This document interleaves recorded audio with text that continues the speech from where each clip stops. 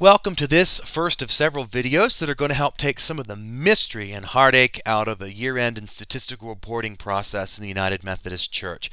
This first video is going to give you a very brief rundown of what reports we're going to be looking for in the Central Pennsylvania Conference this January, and also a brief overview to the Statistical Input website, which is a mouthful to say, but it is the General Council of Finance and Administration's website where you're going to be electronically submitting all of this. So let's take a closer look. The reports that will be due in the Central PA Conference office by January 31st of 2010 are the Pastor's Continuing Education Report, the Local Church Trustees Report, Local Church Treasurers Report. The statistical reports that are shared with the General Church are Table 1 on membership, Table 2 on expenses, and Table 3 on local church income. And again, they're due January 31st. Also, don't forget that the local church audit is due a little bit later in the year. It's due on March 15th. All of these reports, the ones we just looked at and the local church audit, there will be coming videos available on YouTube, so you will be able to work through and confidently work through all of them.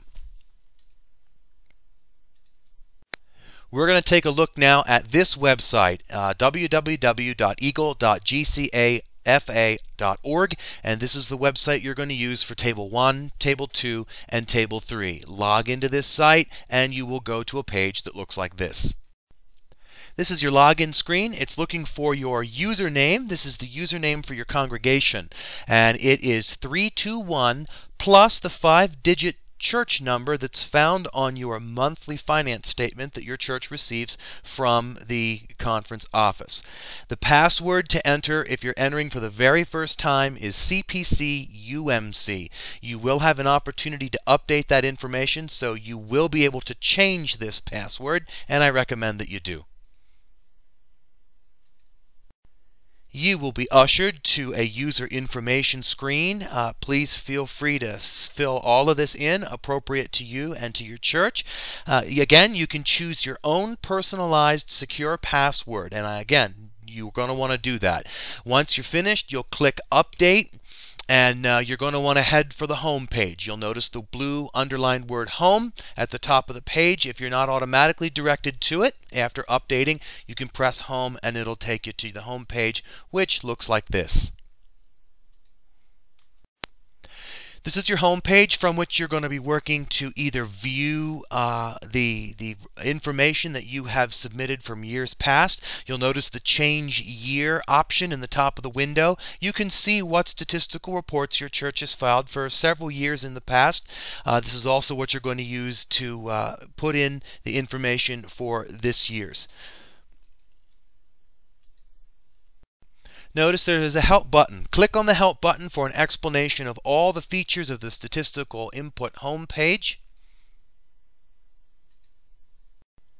That gives you a pop-up window that looks like this, and you'll notice that every particular part of the home page is numbered, and there's some explanation instructions to explain how to use it and what it is. When you are ready to start inputting your information, you will choose Add Edit Tables from this menu box in the middle of the page, and you'll get your option of Table 1, Table 2, or Table 3. Just click on whichever one of the tables that you're going to work on. We're going to click on Table 1 just to show you what that looks like, and it'll take you over to the form. This is the form for Table 1. Again, you'll see your church information at the top, and some other instructions that I want to point out to you here. You're going to want to print a blank form. Every church was sent in a large white envelope through the Central Pennsylvania Conference a packet of instructions and sample forms. Whether you use it there or whether you print out more blank forms, you're going to want to print them out and fill all of this information out by hand. There is a 30-minute time limit to enter your information. When 30 minutes is over, it will immediately log you out. So if you have not finished and you have not saved, you will lose all that information.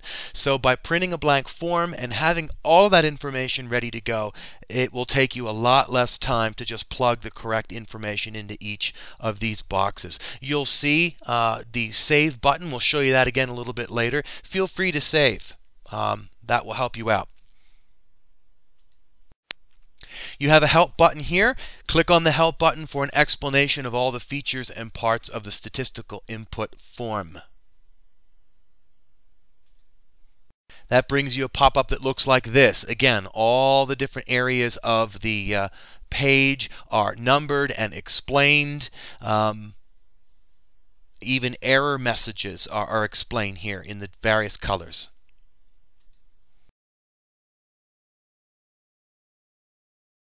I talked about the Save button a little bit ago. The Save button saves your information, but it does not submit it, and that's important. This way you can come back to it and correct it or finish it. If you get halfway down through the form and the phone rings, save it, and you can come back to that information another time.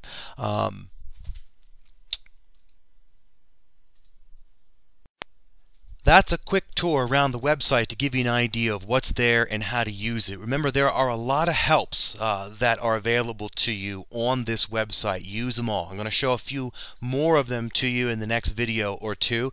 And remember, you have a packet of printed instructions on various colored pieces of paper that were sent to you in that large white envelope.